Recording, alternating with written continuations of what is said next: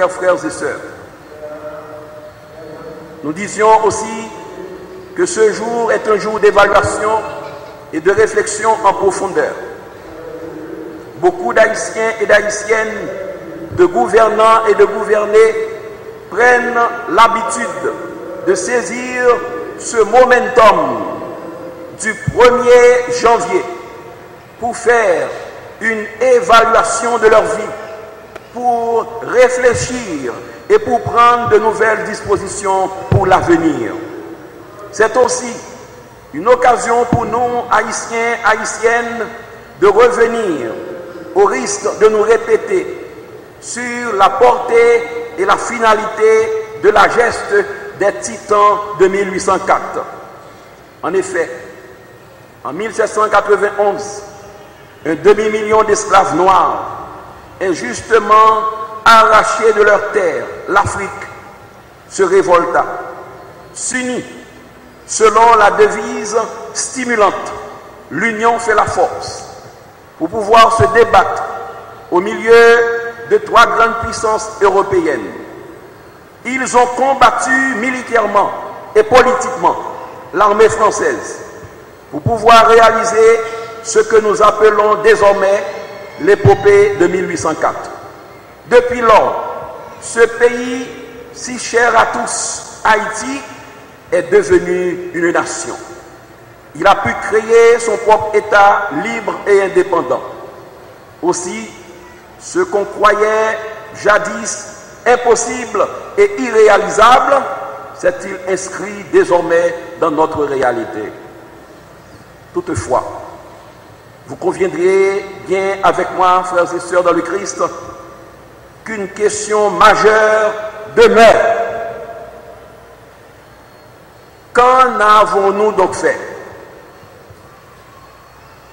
Où en sommes-nous aujourd'hui?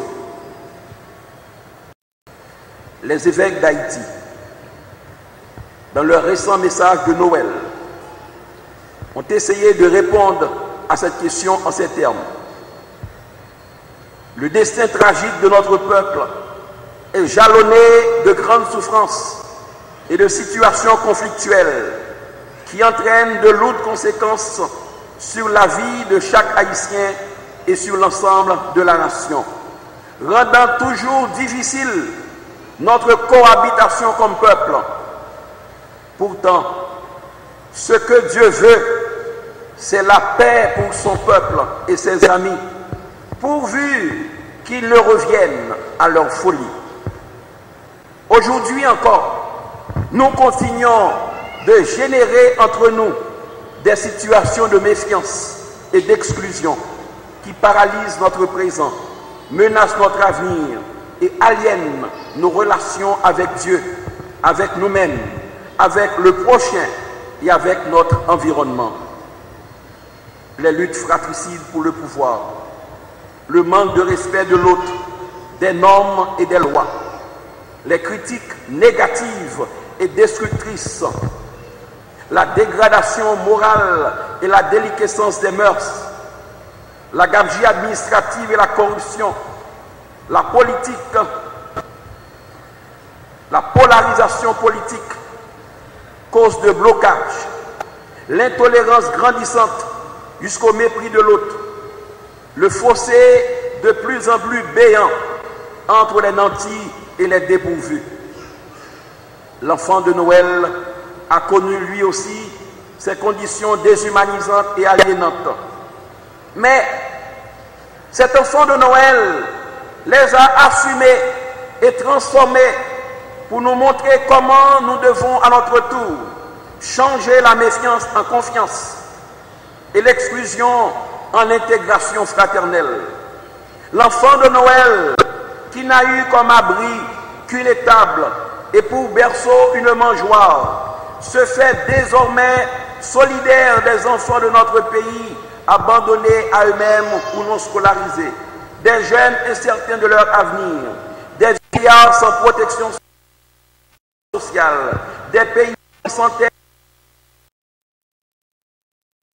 ni encadrement, des personnes sans logis, des familles en détresse et des femmes seules privées de secours. L'enfant de Noël a été victime de menaces et d'exclusion. Marie et Joseph ont dû fuir avec lui en Égypte. Et comme lui, beaucoup de familles haïtiennes continuent de fuir en affrontant les mers au péril de leur vie, traversant des frontières en essuyant l'humiliation, le rejet, l'exclusion et même la négation de leurs droits les plus élémentaires. Dans leur expatriation en quête de mieux-être, elles trouvent la maltraitance, l'avilissement, la xénophobie et même la mort. Frères et sœurs dans le Christ, nous avons une tâche à accomplir: reconstruire notre pays. Aujourd'hui encore, en ce 1er janvier 2014, nous trouvons face à notre responsabilité historique de nous mettre à la tâche de la reconstruction de notre pays.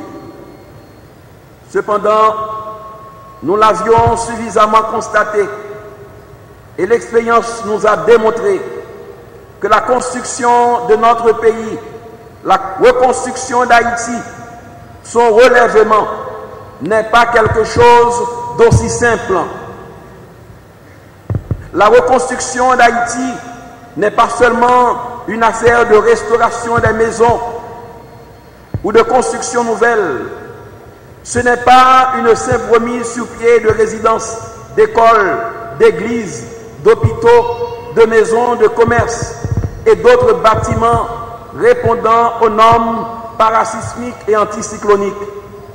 Même si cela est très important, urgent et nécessaire, elle n'est pas seulement une initiative des pouvoirs publics associés à la société civile et à la communauté internationale pour un meilleur aménagement de la capitale et des régions de la province en vue d'une maîtrise plus rationnelle de la nature et de l'espace haïtien.